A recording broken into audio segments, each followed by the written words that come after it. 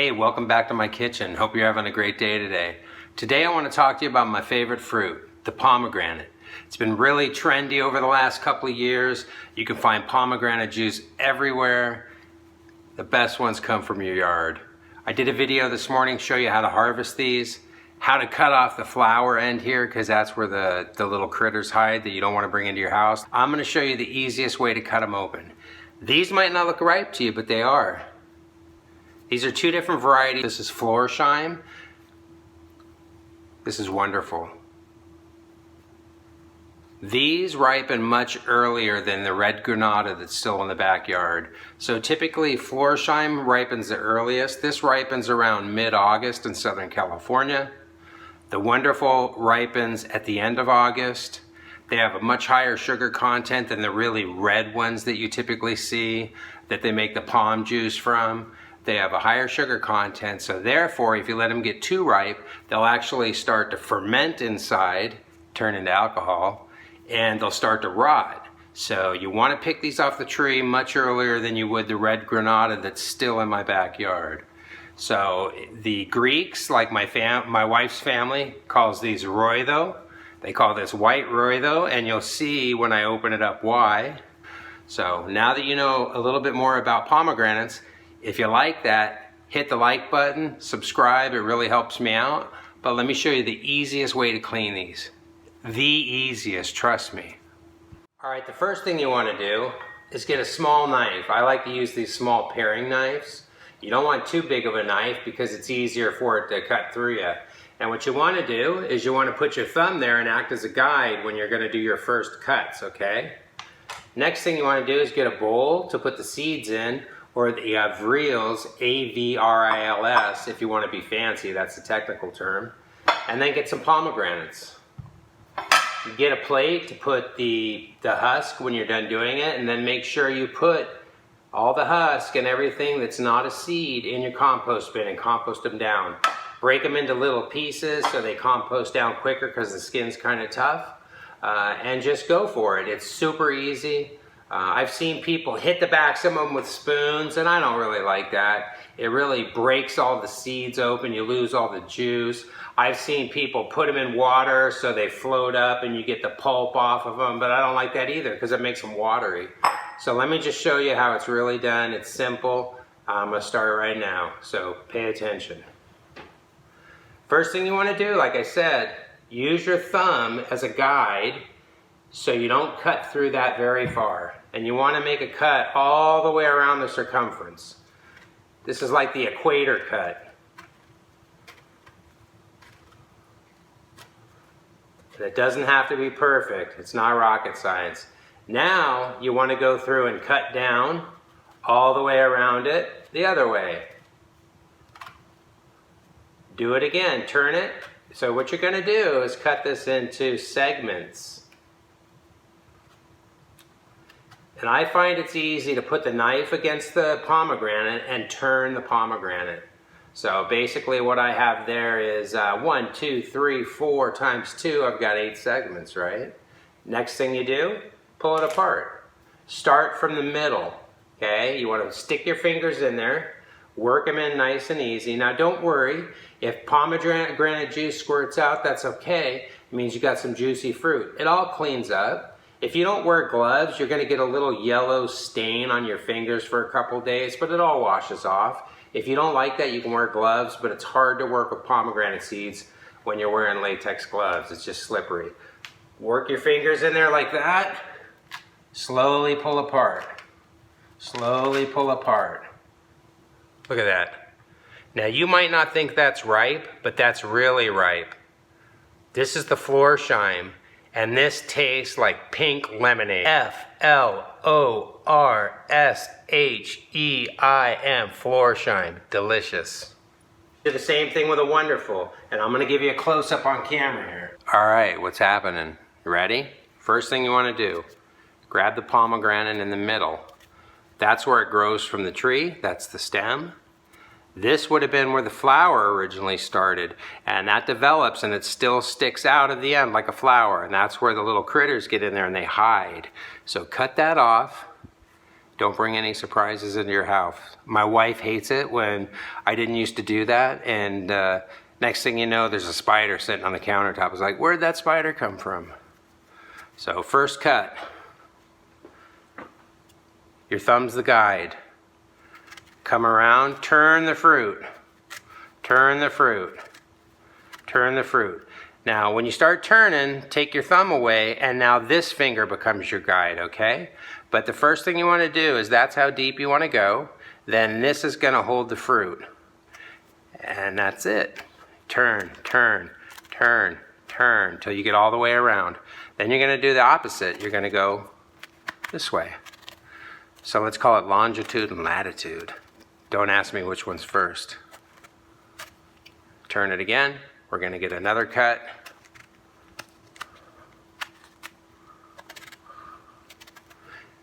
And kind of got off course there.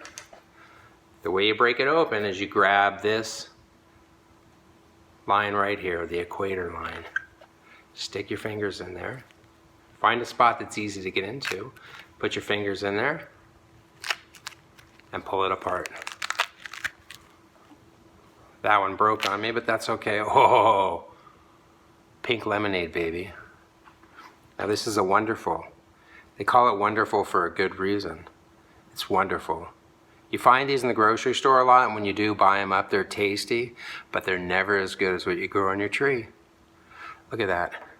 Remember what I always say, the prettier the food, the healthier it is. These are full of antioxidants, full of minerals, provided you eat the whole seed.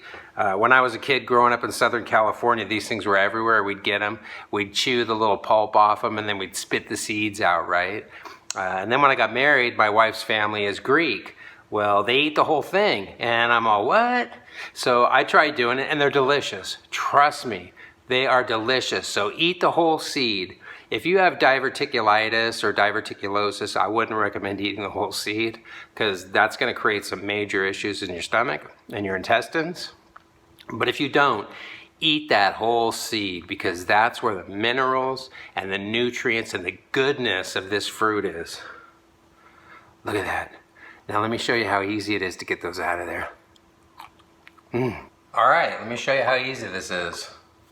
Now that you've got these broken down into smaller segments, simply bend back the pulp or the skin and pull them out of there. Now, if you find you go one way, they come out easier than the other way. So every one of them's different. Just find the way that makes them pop out really quickly. They're kind of like kernels of corn on a cob. They come out really quickly. Now you'll get bits of the yellow pulp in there, and you can go through later and do like a quick final cleaning if that bothers you. It's not bitter like a lot of people think.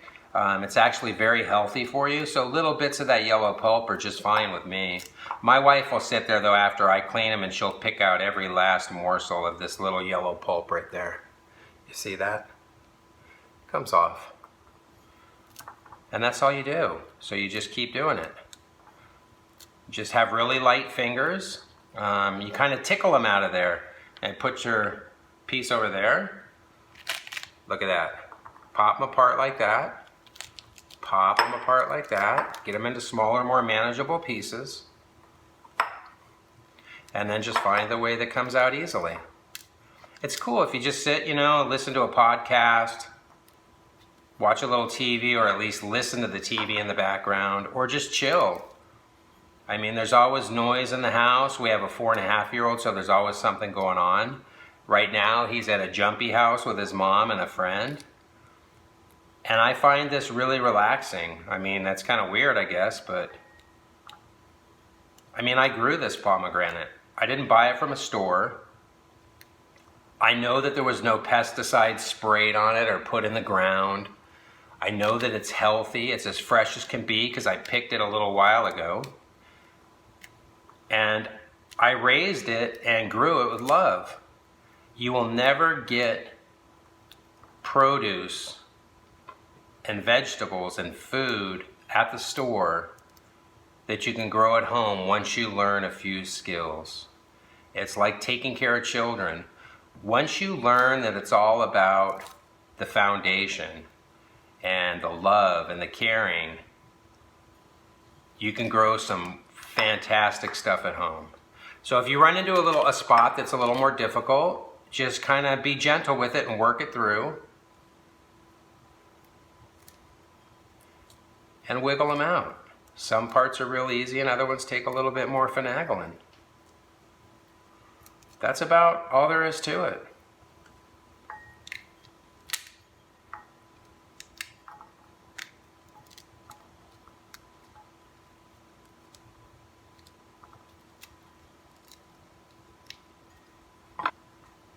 If you like what you're seeing,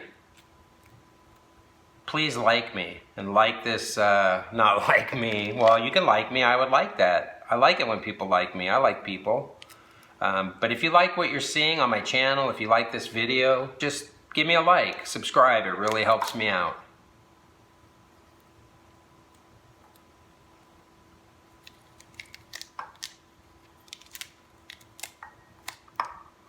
Like I said, some parts are a little bit more challenging. Make sure you have a napkin handy if you need to wipe your fingers because they get sticky. These are so sweet. Oh, I can smell them. It smells like a little bit of, you could smell the pit, you know, the skin and the pith, but you could smell almost like a pink raspberry or a pink lemonade. It's just delicious. And they taste just like pink lemonade for the Florsheim. The Wonderful are a little bit sweeter and don't have that lemonade flavor to them. But if you look, I'm going to do a little close-up for you.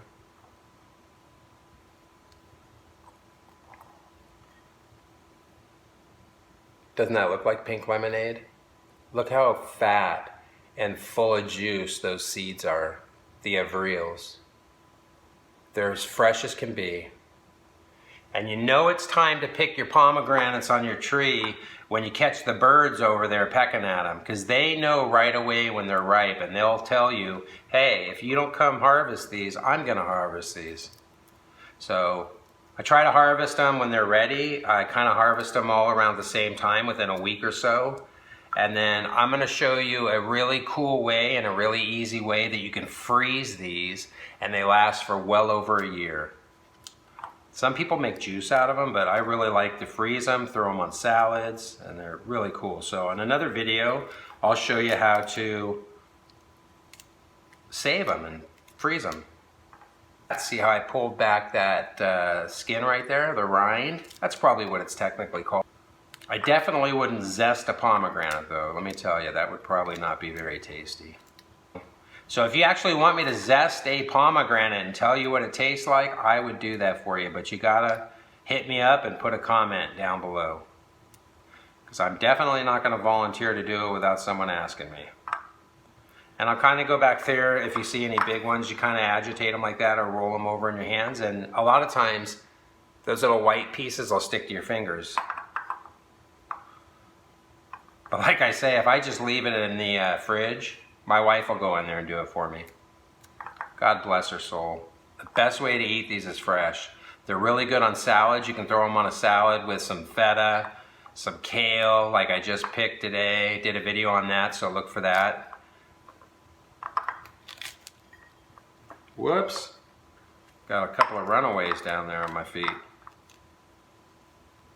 We will leave no seed behind. This is much harder to do on store-bought pomegranates because the skin and the actual pomegranate is not as firm. Over time they get actually a little bit kind of soft. Same thing with when you actually get citrus and you want to zest the citrus. It's super easy when you go out to your yard and you pick a lemon or an orange and you want to zest it because everything's super firm and tight. When you buy it in the store, it can be soft and it's been sitting around a long time. You got to remember, they pick it, they pack it, they ship it, they truck it or rail it or put it on a boat or a container and it gets here later and it's not fresh. When you get it from your backyard, everything's super fresh. So Backyard pomegranate peels super easy. Some varieties peel easier than others. The red granada is harder to peel. It's got a ton of red, super juicy juice, but they're more bitter, a little bit tangy. These Florsheim and Wonderful are the sweeter varieties, and they're just delicious.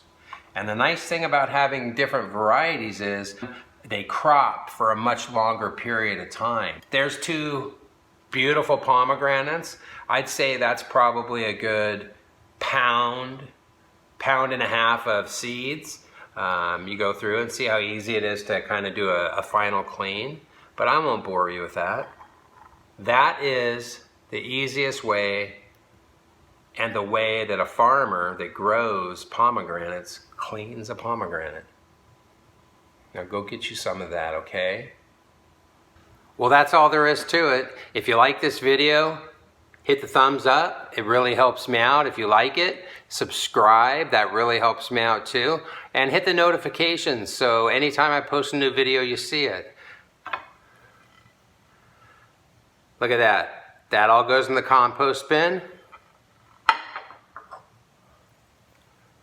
And this goodness all goes in the tummy. So don't be afraid to peel pomegranates. It's super easy, tasty. Have a great day, and we'll see you next time. Bye-bye.